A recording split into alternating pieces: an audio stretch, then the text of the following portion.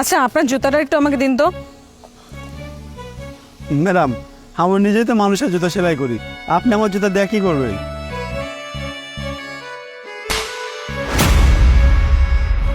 আরে আরে ম্যাডাম দাঁড়ান, আরে দাঁড়ান, কি করতেছেন আপনি? আমার দোকান কেন ভাঙতেছেন? এই তোর সাহস কি করে হলো আমার অফিসের সামনে এই 2 টাকার জুতার দোকান দেওয়ার? আরে ম্যাডাম, আমি তো রাস্তার লগে আমার দোকান দিছি, এই না আপনি আমার দোকান সরানো কেটা? ওই যে দেখতে পাচ্ছিস না, ওটা আমার অফিস, ওটা আমি দিয়েছি। আর আমি চাই না আমার অফিসের সামনে এই সামান্য নোংরা কোনো দোকান থাকুক। আর আমার অফিসে যখন ক্লায়েন্টরা আসবে তারা কি তোর এই নোংরা চেহারা, এই সামান্য মুচির দোকান দেখবে নাকি? আর কোটি টাকা খরচ করে আমি অফিস দিয়েছি, তোর মতন সামান্য মুচিরা যেন আমার অফিসের সামনে এই ভাঙাড়ি খুলে বসতে পারে, এই জন্য। ম্যাডাম দেখেন, আপনি কিন্তু আমার লাগে অন্যায় করতেছেন। ম্যাডাম, আমি তো অন্যজনের জায়গাতে আমার দোকান বসাইছি, কিন্তু আপনি আমার লাগে এমন ব্যবহার করতেছেন, মনে হইতেছে এটা আপনার জায়গা। তবুও ম্যাডাম, আমি আপনার কাছে হাজার করতেছি, এমনটা করবেন না। এই তোর সাহস কি করে হলো আমাকে জ্ঞান দেয়? সামান্য ভাঙা থালার মধ্যে যে খাবার খেয়ে বড় হয়েছে সে আমাকে জ্ঞান দিচ্ছে? এই তোর কোনো আইডিয়া আছে আমাদের ক্লাস সম্পর্কে, আমরা কতটা হাই ক্লাস মেনটেন করে চলি? আর আমার অফিসের সবাই না তোর থেকে অনেক উঁচু লেভেলের, তারা এইসব দেখে অভ্যস্ত না। আর আমি চাই না তাদের সামনে তোর মতন এই ফকিন্নি মার্ক একটা চেহারার লোক আসুক আর তার দোকান আসুক। নেক্সট টাইম থেকে আমার অফিসে আমার থেকে 100 হাত দূরে থাকবি। তাদের এখান থেকে যা যা বলছি। এক্সকিউজ মি, কি হচ্ছে এখানে? যা হওয়ার তাই হয়েছে। এই শোন, তুই দাঁড়িয়ে দাঁড়িয়ে কি দেখছিস? এখান থেকে যা, তাতে যা। আচ্ছা, আপনি ওনার সঙ্গে এমন ব্যবহার কেন করছেন? কি সমস্যা? আর আপনিই বাকে? ওই যে সামনে যে বিল্ডিংটা দেখছেন না, ওটা আমার অফিস। হ্যাঁ তো কি হয়েছে মানে? কি আশ্চর্য ম্যাডাম, আপনার বিল্ডিং তো ওই সামনে, তাহলে আপনি এখানে বসে থাকা এই মানুষটার সঙ্গে খারাপ ব্যবহার কেন করছেন? এই শোনো, আমি না এসব বারবার এক্সপ্লেইন করতে পারবো না, ঠিক আছে? নিজের কাজে কাজ রাখো। থাক ম্যাডাম, আমাকে আর কষ্ট করে কিছু বলতে হবে না। আপনি এই মানুষটার সঙ্গে যে ব্যবহারটা করলেন এতক্ষণ ধরে, তার সমস্ত কিছু তো আমি নিজের চোখে দেখলাম। আমার যা বোঝার আমার বোঝা হয়ে গেছে, আর কষ্ট করে আপনাকে এক্সপ্লেন করতে হবে না। এই দেখো, তোমাকে নাক গলাতে হবে না। আমি শুধুমাত্র চাই এই দোকানটা এখান থেকে থাকবে না, জাস্ট সরে যাবে। ম্যাডাম শুনুন, একটা কথা বলি আপনাকে, এই অফিসটা আপনার, কিন্তু এই জায়গার মালিক কিন্তু আপনি না। ব্যাপারটা এমন না যে জায়গাটা আপনি টাকা দিয়ে কিনে নিয়েছেন, যে কারণে আপনার এই জায়গায় কোনো মানুষ ব্যবসা করতে পারবে না। বেচারা গরিব মানুষটাকে তার কাজ করে খেতে দিন না। কি সমস্যা এটা আপনার? দেখো, আমি ওর সাথে যা মন চায় তা করবো, তাতে তোমার কি? এই তুই কথা গিলছিস বসে বসে? এখান থেকে সর, তাতে যা বলছি।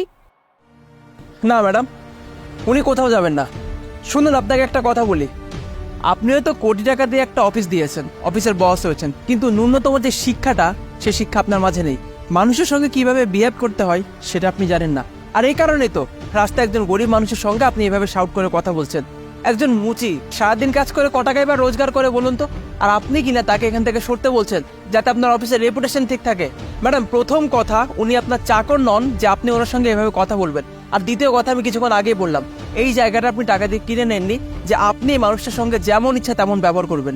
এটা স্বাধীন রাষ্ট্র, স্বাধীন রাষ্ট্রের প্রত্যেক মানুষের স্বাধীনতা আছে কর্ম করে খাওয়ার। আপনি তাকে এভাবে বাধা দিতে পারেন না। ও এখান থেকে কি করে যাবে সেটা আমি দেখবো। আমি ওকে এখান থেকে ঘাট ধাক্কা দিয়ে বের করে দেবো। এই যা তুই। হ্যাঁ, কি করে বার করে দিবেন ম্যাডাম? কারণ এই জায়গাটাই তো আমার, এই জায়গার আসল মালিক তো আমি। হোয়াট? ম্যাডাম শুনুন, ভদ্রভাবে কথা বলছি। অনেকবার আপনাকে বোঝানোর চেষ্টা করেছি, কিন্তু আপনি বুঝতে চাইছেন না। আর একটাবার আপনি যদি ওনার সঙ্গে শাউট করে কথা বলেন না, তাহলে আমি কিন্তু ভুলে যাব। আপনার এমন অবস্থা করব যে আপনি সারা জীবন মনে রাখবেন। এখন হয়তো আপনি ভাবছেন আমি কে, তাই তো? না, আমি মানুষটা কেউ না, আমি খুব ছোট একজন মানুষ, কিন্তু আমার বাবা না মানব অধিকার অধিদপ্তরে জড়িত। একটাবার আমি যদি আমার বাবাকে ফোন করি আর কমপ্লেন করি আপনার ব্যাপারে, আপনি বুঝতে পারছেন আপনার কি অবস্থা হবে? শুনুন ম্যাডাম, অহংকার দেখাতে হলে আপনার অফিসের মধ্যে গিয়ে অহংকার দেখান। আর অফিস যদি সরাতেই হয় না, আপনার অফিস সরান। এই মানুষটাকে এখান থেকে সরাতে যাবেন না, এই মানুষটা কোথাও নড়বে না, এখানেই থাকবে আর এখানে ব্যবসা করে খাবে। প্লিজ একটু বোঝার চেষ্টা করুন। ওর দোকানটা ঠিক আমার অফিসের সামনে। আমার অফিস যখন কোনো ক্লায়েন্ট আসবে বা বড় কোনো ডিল নিয়ে আসবে, তারা যদি এসে অফিস হিসেবে এইসব একটা অবস্থা দেখে, আমার একটা খারাপ ইমপ্রেশন তাদের উপরে পড়বে।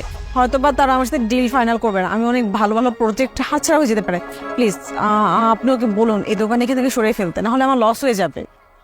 ও আচ্ছা, তার মানে ম্যাডাম আপনি এই কারণেই মানুষটাকে এখান থেকে সরাতে চান, তাই না? যাতে আপনার অফিসের ফ্রন্ট ভিউটা বেশ ভালো হোক। প্রথম কথা, আপনি তো প্রচুর মিথ্যুক।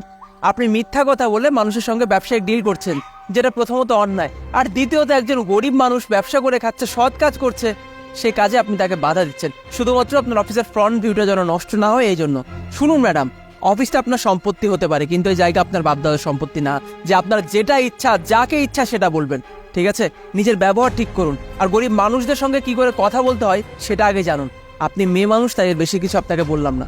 শুনুন, আপনাকে তো অনেকভাবে বোঝালাম, শেষবারের মতো বলছি ম্যাডাম, আপনি এখান থেকে চলে যান। আর একটাবার আপনি যদি এখানে শাউট করেন, আমি কিন্তু ভুলে যাব আপনি একজন মেয়ে মানুষ।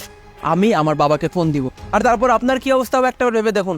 ও না না ভাইয়া, ঠিক আছে, আমি বুঝতে পেরেছি। আমি ওর কাছে মাফ চেয়ে নিচ্ছি। প্লিজ আমাকে মাফ করে দাও, যা হয়েছে এখানে শেষ করো। আর তোমার যা ক্ষতি হয়েছে তার ক্ষতিপূরণ দিতে আমি রাজি। এ নাও, এখানে কিছু টাকা আছে, এইটা দিয়ে তোমার যা ক্ষতি হয়েছে তা পূরণ হয়ে যাবে। আর আমি তাহলে যাই। হ্যাঁ স্যার, আপনারা অনেক অনেক ধন্যবাদ। আজকে আপনি না থাকলে আমার অনেক ক্ষয়ক্ষতি হয়ে যেত। আপনাদের মতন এখনও ভালো মানুষ আসার জন্য আমাদের মতন গরিব মানুষরা এখনও বাইসে থাকতে পারে, দুই মুঠো খাইতে পারে। আমি আপনার এই ঋণ কোনোদিন শোধ করতে পারবো না। আরে না ভাই, থাক, আমাকে ধন্যবাদ দেওয়ার কোনো দরকার নেই। তুমি তো কাজ করে খাচ্ছ, নিজের কাজে মনোযোগ দাও, তাহলেই হবে। আর আমার বাসায় তো সামনেই, হয়তো রাস্তায় চলার পথে আবার দেখা হতে পারে। যদি তোমাকে কেউ ডিস্টার্ব করে আমাকে এসে বলবে। কাজ করো।